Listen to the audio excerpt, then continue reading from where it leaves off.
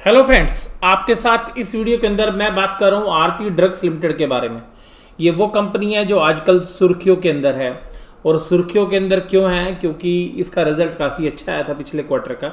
और उसके बाद जो है पिछले 4 महीनों के दौरान जो इसने दौड़ लगाई है, सभी को आश्चर्यचकित कर दिया है। तो आइएगा इस कंपनी के बारे में हम जानते हैं, लेकिन उससे पहले एक डिस्क्लोजर बता दूं कि मैं केवल इसका एनालिसिस कर रहा हूं। मैं कोई भी बाय या सेल रिकमेंडेशन नहीं कर रहा हूं। आपको एक न्यूट्रल व्यू है। अगर आप किसी भी तरीके की कोई भी पोजीशन सेल या बाय या अन्य प्रकार के कोई भी पोजीशंस आप मेंटेन करते हैं तो उसके लिए जो है आप स्वयं जिम्मेदार होंगे और अपने फाइनेंशियल एडवाइजर से सलाह लेने के बाद ही अंतिम फैसले पर आप पहुंचिए। तो देखिएगा, सबसे पहली बात यह कि आरती ड्रग्स लिमिटेड जो है ये एपीआई फार्मा स्पेशलिटी केमिकल और प्रोडक्ट डेवलपमेंट्स के साथ जो है काम करती है। इनकी एक बेहतरीन जो है सब्सिडरी कंपनी भी है जो इसी तरीके का बिजनेस जो है इनके लिए करती है। तो देखिएगा, एपीआई का जो बिजनेस है वो आज की डेट में लाइमलाइट के अंदर है। जो भी एपीआई के प्लेयर्स हैं उनकी वैल्यूएशंस बदल गई है। रीज़न सिंपल है कि जो चाइना से रिलेटेड जो स्टोरी है कि चाइना से एपीआई की जो है इंपोर्ट कम हो गया है या गवर्नमेंट जो है उस पर रिस्ट्रिक्शंस लगा रही है, तो जिसकी वजह से एपीआई की जो प्रोड्यूसर्स हैं इंडिया में उनकी जो है डिमांड है। एक तरीके से आप ये समझ सकते हैं कि एपीआई वो रॉ मटेरियल है जो दवाई बनाने के लिए चाहिए। यानी कि दवाई के जो डिफरेंट डिफरेंट टाइप्स की जो मेडिसिन हैं तो उसमें डिफरेंट डिफरेंट टाइप्स के जो रॉ मटेरियल्स हैं वो जो है ये कंपनियां बनाती हैं एपीआई के अंदर। तो एपीआई के अंदर ये कुछ केमिकल कंपाउंड्स को लेते हैं और उसको फिर कुछ प्रोसेसिंग करते हैं और प्रोसेसिंग करने के बाद डिफरेंट टाइप्स की जो है मेडिसिन बनाते हैं। दूसरा, फार्मा के इंटरमीडिएट्स, यानी कि जो फार्मा के अंदर जो बाकी चाहिए चीज़ें चाहिए, जो इंटरमीडिएट्स जो सोल्ट्स हैं वो इनको प्रोड्यूस करते हैं। उसके बाद स्पेशलिटी केमिकल्स जो हैं वो प्रोड्यूस करते हैं ये, और उसके बाद प्रोडक्ट्स की जो है डेवलपमेंट का काम भी करते हैं। तो ये जो कंपनी है वास्तव में आरती ग्रुप की कंपनी है। इसी की एक और कंपनी आरती इंडस्ट्रीज़ लिमिटेड जो है वो भी काफ़ी फेमस कंपनी है स्पेशलिटी बिजनेस के अंदर, स्पेशलिटी केमिकल बिजनेस के अंदर। तो ये देखिएगा, आरती इंडस्ट्रीज़ लिमिटेड जो है मैं उसमें पर्सनली काफ़ी समय तक जो है इंटरेस्टेड रहा और इन्वेस्टेड भी रहा। तो वहाँ से जो है मैंने एक अच्छी वेल्थ जो है जनरेट की थी। उस समय पर कुछ शेयर्स मेरे पास आरती ड्रग्स के भी हुआ करते थे, लेकिन वो बहुत ही कम नंबर्स थे। तो ये कंपनी भी बेहतरीन है, इसने भी जो है काफ़ी अच्छी रिटर्न्स जो है पास्ट में कर दी है। तो वो हम देखेंगे चार्ट के दौरान भी।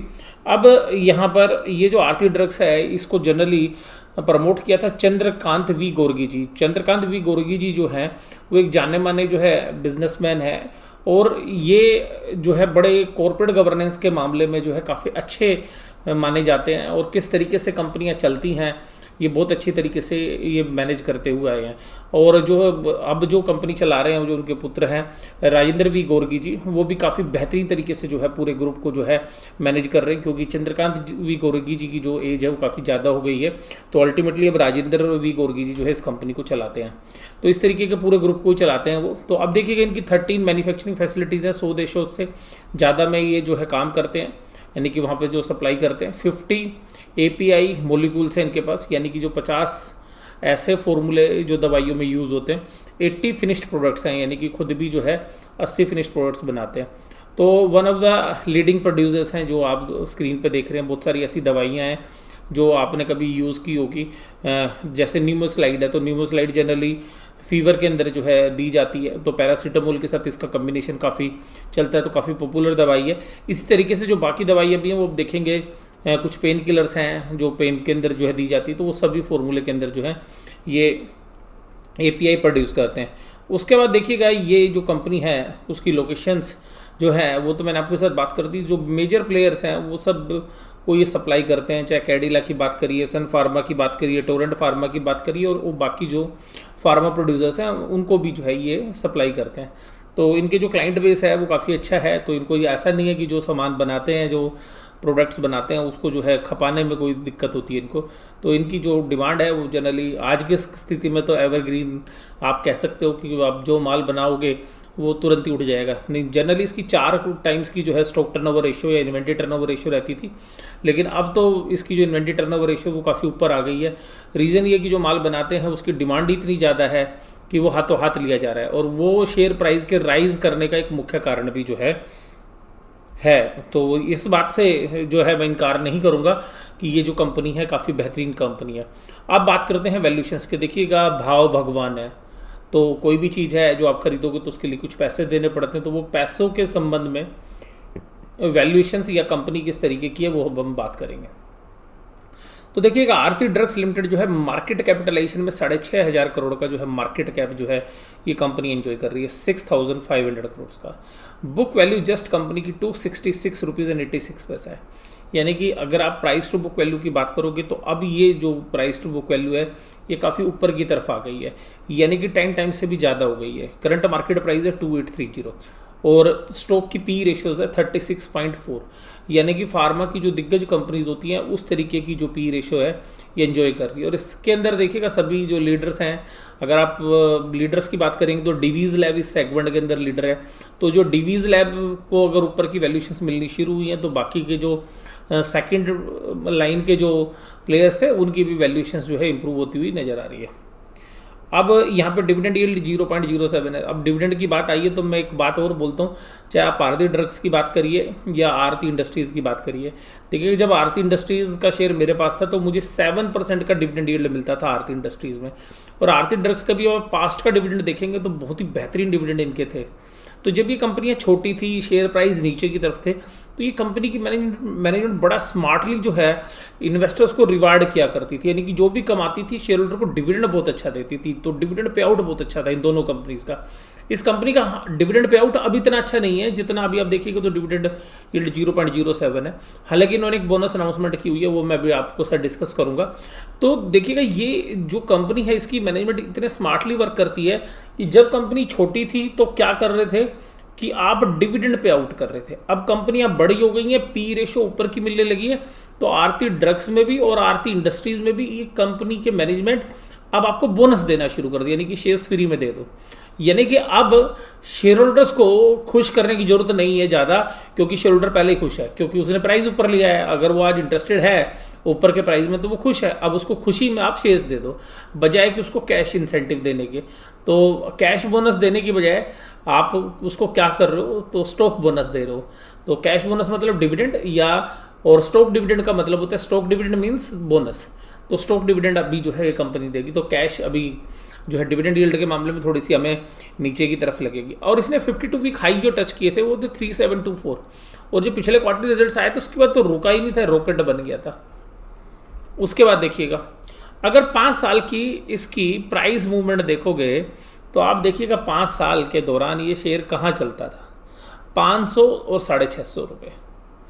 क्योंकि मैं इसको काफ़ी समय से ट्रैक भी कर रहा था, मैं आपको बता भी दूं, तो बीच में कभी छोटे मोटे ट्रेड भी किए होंगे मैंने, लेकिन ये शेयर 500-600 रुपये की, 650 रुपये की इस लाइन में चलता था। वर्स्ट केस के अंदर 450 आ जाता था, और ये आप देखिएगा 2015 से यहीं चल रहा है। लेकिन अभी क्या हुआ कि ये अप्रैल के बाद, यानी कि जो मार्च में डाउनफॉल आया था उसके बाद एकदम रॉकेट हो गया है।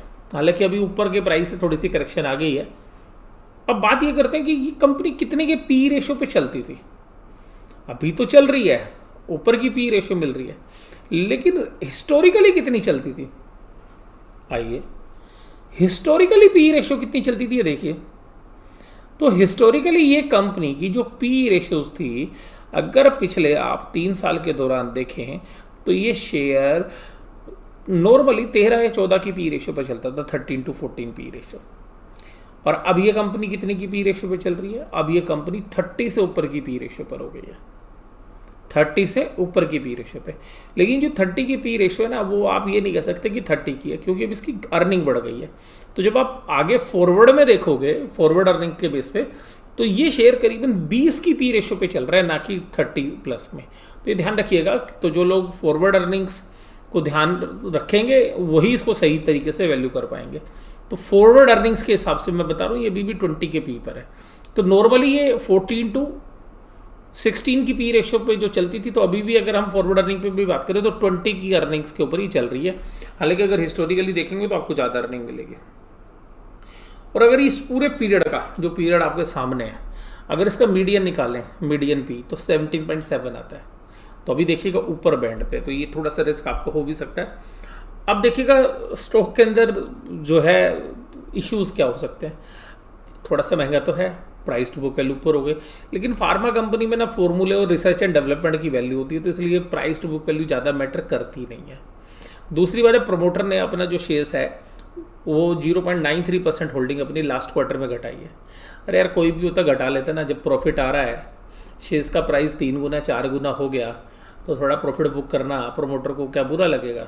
तो प्रमोटर ने भी प्रॉफिट बुक कर लिया अपना, और -0.93% जो है होल्डिंग हो गई उनकी, तो वो उन्होंने बेचा। तो ये ध्यान रखिएगा, आपको भी ये बात ध्यान रखनी कि अगर प्रमोटर को भी वो शेयर्स के अंदर वैल्यूएशंस ऐसी लग रही है कि रिच हो गई है, तो वो तब भी प्रमोटर्स निकल जाते हैं।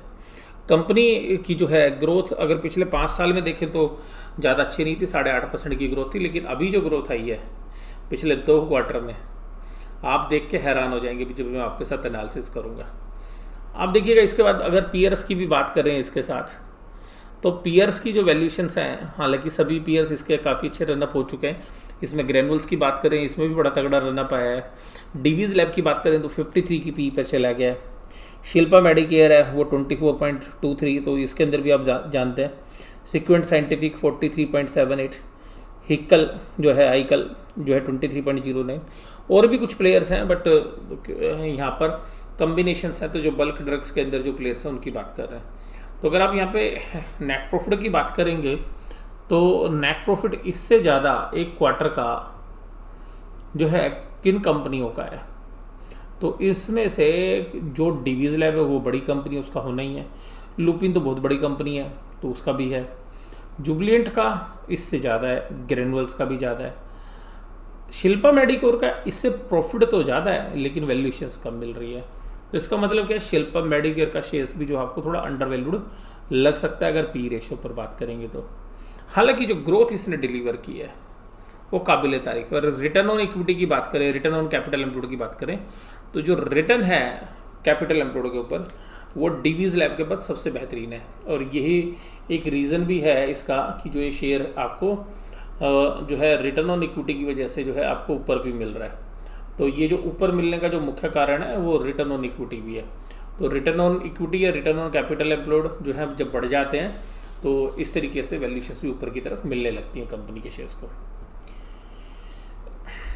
अब देखिएगा ये है क्वार्टरली रिजल्ट्स। तो क्वार्टरली रिजल्ट्स पे मैं आपका ध्यान जरूर से जरूर आकर्षित करूंगा, और आकर्षित इसलिए भी करूंगा क्योंकि यही तो आकर्षण का केंद्र है। तो देखिएगा ये मार्च की और जून की सेल देखिएगा ये सेल थी, ये 450 करोड़ के आसपास करते आ रहे हैं। 19 में भी 19 में इनके एक्सपेंशन हो गए थे, तो वो देखिएगा अच्छी सेल कर रहे थे। अब 20 में 450 की सेल थी मार्च में, और जून में होगी 545। तो यहाँ बड़ी ज़बरदस्त ग्रोथ है। एक तो प्राइस रिलाइजेशन बहुत अच्छे हो गया, यानी कि प्राइस बहुत अच्छे मिल रहे, इस वजह से सेल बढ़ी, क्योंकि चाइना से माल नहीं आ रहा था तो इनका माल महंगा बिकेगा। दूसरी बात ये थी कि डिमांड भी अच्छी थी, क्योंकि जो प्रोडक्ट्स ये बनाते हैं तो कोविड के चक्कर में इनकी डिमांड भी अच्छी थी। एक्सपेंसेस भी हालांकि इनके बढ़े हैं, लेकिन प्रॉफिट देखिएगा लगभग डबल हो गया मार्च क्वार्टर के मुकाबले में।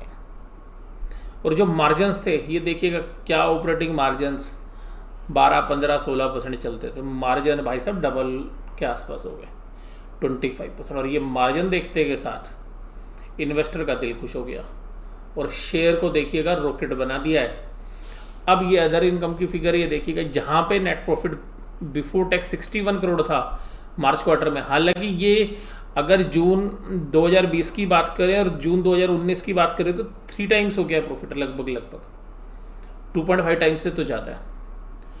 और उसके बाद देखिएगा ईपीएस से आपको बहुत अच्छा आइडिया लगेगा, जहाँ पर जून 19 के अंदर ईपीएस थी 9.56, यहाँ पे है 36.67 ये ईपीएस। तो जैसे ईपीएस आप देखिएगा कि 4 टाइम्स हुई, तो शेयर प्राइस भी तो 4 टाइम्स होना चाहिए था।